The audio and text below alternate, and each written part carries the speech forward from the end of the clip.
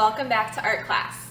Last week, what you had to do for me was a value scale, and we talked about how value is the element of art that shows how things can get lighter or darker to make them look more realistic. And we're going to take that value exercise and we're going to apply it to something that I'm sure you've been seeing a lot of this month, this season, and that is a pumpkin. Now remember, with your value scales, I'm going to flip my paper back.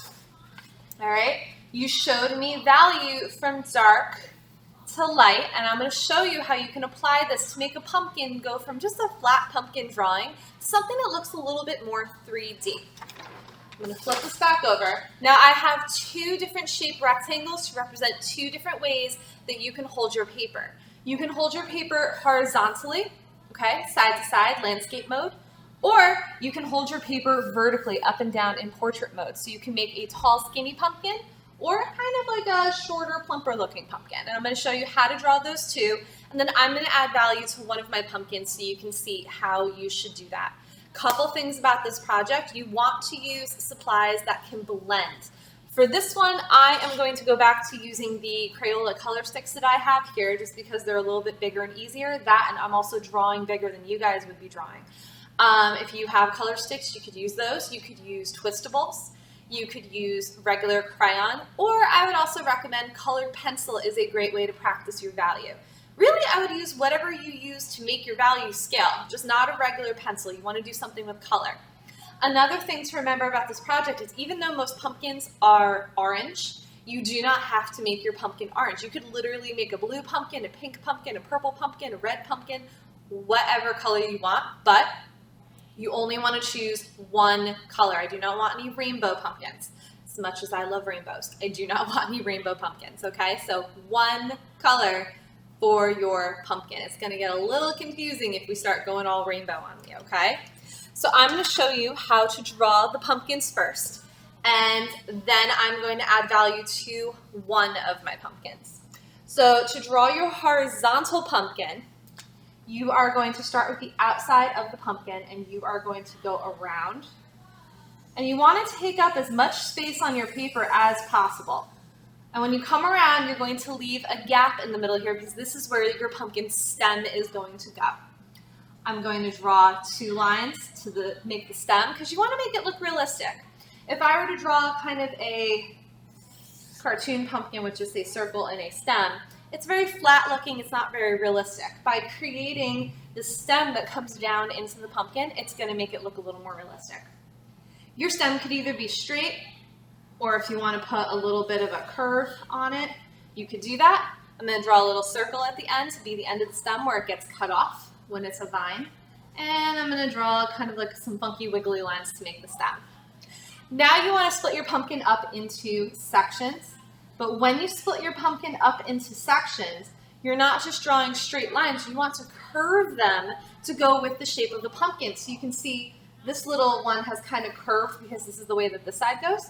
And this one's curving this way because that's how this side goes. And I'm going to do that across my pumpkin. Now you don't want to do too many spaces because you want to leave yourself some pretty big spaces for adding your value and your shading.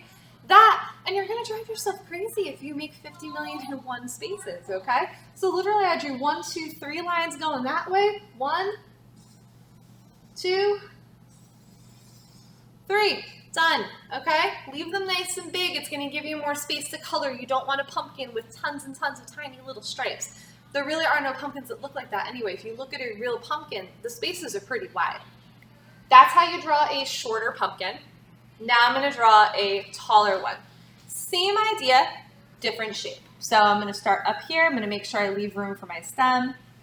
And I'm going to have my pumpkin is tall and skinny. Comes up. Leave a space for the stem. Add my stem. And my little lines at the bottom. Same thing. 1 and 2. 3. Now this pumpkin, since it's a little bit skinnier, I'm going to put one more line on this side, but I really don't have room for another line on that side, and that's fine. All right, so you want to make sure that you leave them spaced and apart, and now we get to do the fun part, which is the coloring. So to start coloring your pumpkin, I have decided I'm actually going to use blue because I wanted to use a color that was dark enough so I knew that you could see what I was doing. But like I said, you could use any color you want. I probably wouldn't do yellow though because yellow is kind of hard to show value with. But any color but yellow, you should be good. And not white. I know someone's going to ask me that. No, you cannot make your pumpkin white. Okay, pick a color. All right, so to show value, I'm going to use my darker values closer to the lines, and it's going to be lighter in the middle of the shapes. So for example, I'm actually going to start in the middle and I'll work my way out, and then I'll work my way out that way.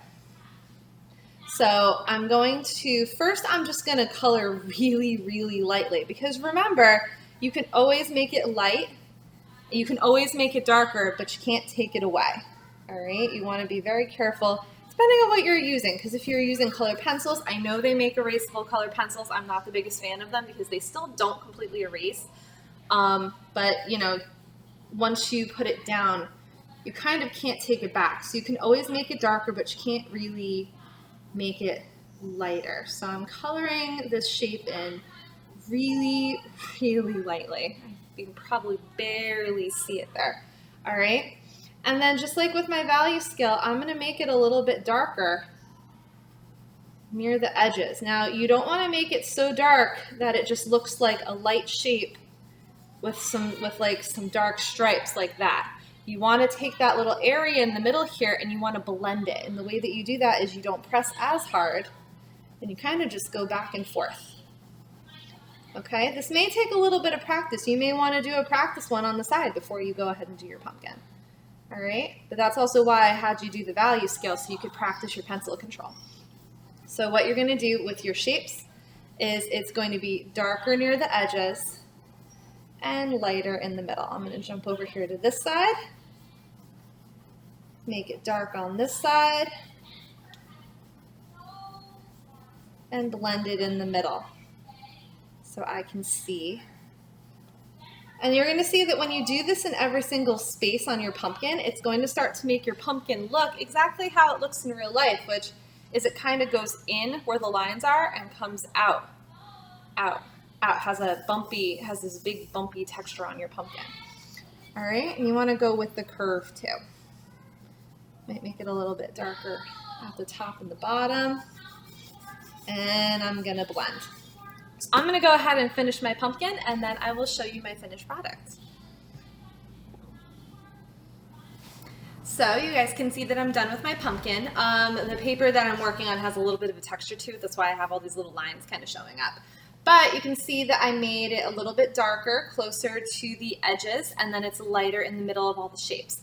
So you want to take your time, color them in, and then you also want to make sure that you do your stem as well.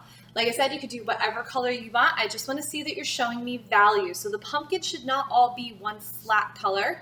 I should be able to see, like I made mine blue, I can see light blue, and I can see dark blue closer to the lines. And that way, that'll make your pumpkin look a little bit more 3D.